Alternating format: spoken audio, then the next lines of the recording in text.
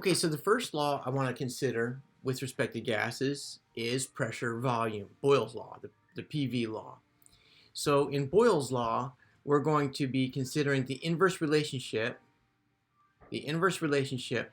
between pressure and volume, all right, where everything else stays the same. So we're going to say that temperature in moles remains constant. All right, so it's pressure and volume that we're concerned about here. So let's look at it. Boyle's law states that the pressure of a gas is inversely related to the volume. The pressure is inversely related to the volume when temperature is constant. So consider a system that looks like this. You've got a piston here, and there's the piston right there, and you've got this cylinder, and the piston pushes down on the gas. Okay? Now, suppose that there are six. Can you see 1, 2, 3, 4, 5, 6? So let's say there's 6 moles of gas in there, okay? And over here, there's still 6 moles of gas. So the number of moles of gas stays constant. Let's say the temperature stays constant also. If we take that piston, we push it down, then the volume might go, for example, from 4 liters to 2 liters. If it does, then the pressure is going to go from, if it's 1 in the beginning, it'll be 2 in the end, right? So as the volume goes down, the pressure goes up. They are inversely proportional. They are inversely proportional, okay? So we write it like this. The product PV is constant. And so PV in the beginning is the same as PV in the end. The product of pressure and volume is the same in the beginning as and the end. All right, so another example of that would be, suppose that you've got some system that is 2 liters and it's 8 atmospheres, okay? If you pull that plunger out or pull the piston out and stretch it out to 4 liters, then the pressure goes down. It goes to 4 atmospheres because the pressure, the PV product, stays constant. Can you see that? It's 16 atmospheres the whole time. If you don't change the temperature and if you don't change the number of moles, PV stays the constant, okay? And so Boyle's law can be stated as that P1V1 is equal to P2V2 if you have no change in temperature and no change in the amount of gas. All right, so an example of this from physiology is inhalation.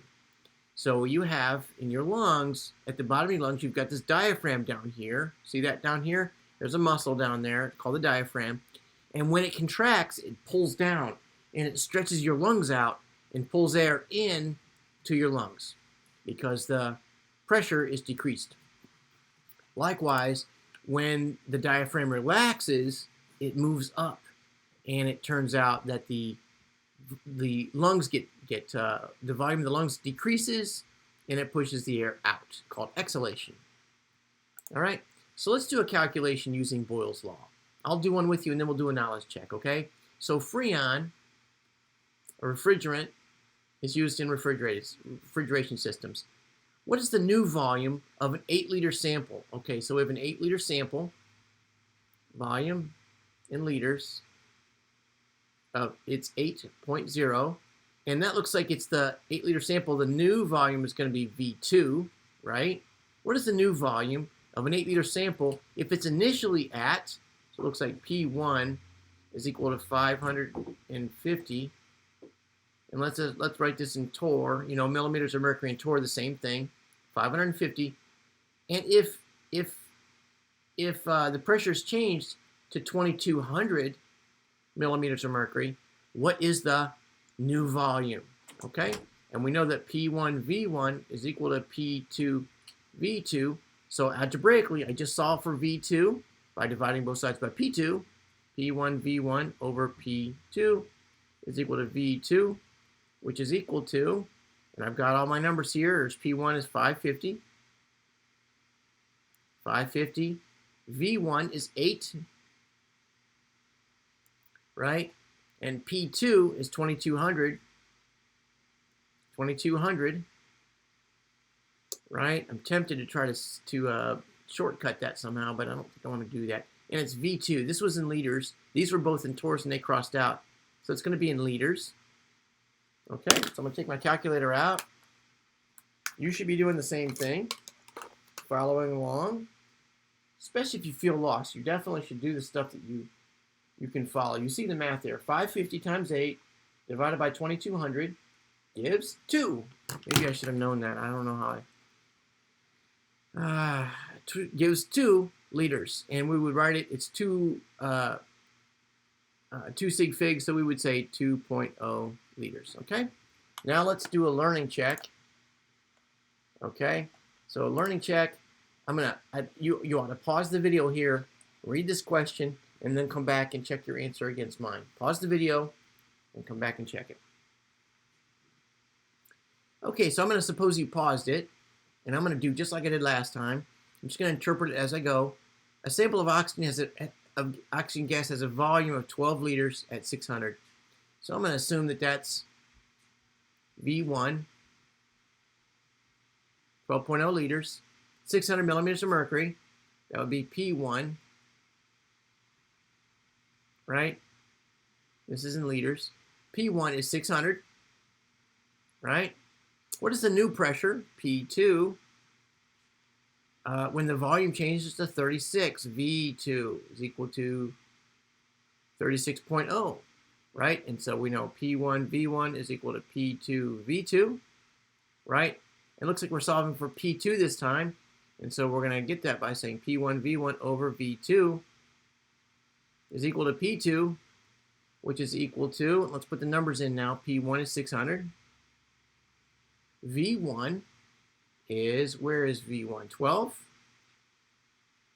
And V2 is 36. Okay, I can see 12 and 36. I'm going to just simplify that 1/3. Right? And 600 over 3 looks like that's 200. And it was 200 pressure torr. Okay, is that what you got? All right. So let's go on to the next learning check. So if you have a cylinder of containing gas, you know what? Pause the video and think through this before you hear what I say about it. Okay, I'm going to suppose you pause the video. For a cylinder containing helium gas, here's what we got. Here's my helium gas down here. Indicate if a cylinder A or cylinder B represents the new volume for the following changes where N and T are constant. If we increase the pressure, which of these is going to be that? That is A. And if you, decrease, sorry. If you decrease the pressure, that's going to be B, right? And if you increase the pressure, volume goes down, right? That's going to be A. All right, let's do another knowledge check or learning check. Pause the video and check your answer against mine. Okay, I'm going to suppose you paused it. If a sample of helium gas has a volume of 120 mils and a pressure of 850 millimeters of mercury, which I'm going to write as torr. What is the new volume? Okay, so this must be that, and they're asking me about V2. If the pressure's changed to P2, that must be P1, is equal to 425. Okay, and so I know we're asking for V2 now. P1 V1 is equal to P2 V2. Trying to solve for V2. So it's going to be P1 V1 over P2 is equal to 850. And what was V1? 120 over 425. There's P, and I can see that's 1 to 2, right? So it looks like it's going to be 240 milliliters. And there it is right there, 240 mil. Okay, and our last knowledge check. Pause the video and come back, have a look at this, and see if you predict what I'm going to say.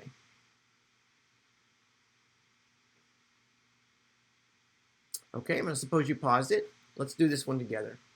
A sample of helium gas in a balloon has a volume of 6.4 liters at a pressure of 7.7 atmospheres, and that's here. 6.4 liters. At 1.4 atmospheres, what's it going to look like? It's not going to be the same, right? Because the pressure increased. It's actually going to get smaller if the pressure increases. Okay, so it looks like it's A. All right, so I hope this was a good introduction to Boyle's Law. P1V1 is equal to P2V2. There we are right there. P1V1 is equal to P2V2.